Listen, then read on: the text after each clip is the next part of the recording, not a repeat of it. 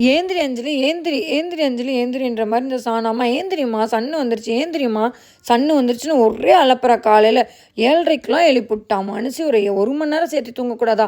ஒரு 8:30 மணி வரைக்கும் தூங்கியிருக்கக்கூடாதான்ற அளவுக்கு இருந்துச்சு. சரி பசிக்குதுன்னு சொன்னாளேன்னு சொல்லிட்டு போய் பால் காய்ச்சினா, தலைவன் அதுக்கு மேல உச்சா போற மாரி போய்க்கிட்டே இருக்கான். சான்னு சொல்லியே காமிச்சிட்டா. "அம்மா குக்கர் உச்சா போதும்மா" அப்படிங்கிறா. எனக்கு ஒரே சிரிப்பு. சரின்னு சொல்லிட்டு மார்னிங் பிரேக்ஃபாஸ்ட் எங்களுக்கு வந்து பிரெட் ஆம்லெட் போடலான்னு போட்டா, சான்னு வந்துட்டு, "அம்மா எனக்கு ரோஸ்ட் பிரெட் வேணும்மா" அப்படின்ட்டா. சரி அது குடுத்து என்ன சத்து இருக்க போகுது அப்படின்னு சொல்லிட்டு 4 முட்டைய உடைச்சு ஊத்தி, கொஞ்சம் சால்ட்டு, கொஞ்சம் பெப்பரு, அவளுக்கு கரம் மசாலா ஒரு பொடி பண்ணி வச்சிருப்பேன். அந்த பொடி லைட்டா உள்ள போட்டு விட்டுட்டு 2 அடி அடிச்சு விட்டு 2 பிரெட்டையும் நனைச்சு விட்டுட்டு டோஸ்ட் பண்ணி குடுத்தேன். "அம்மா நல்லா இருக்குமா" அப்படின்னு நல்லா சாப்பிட்டா.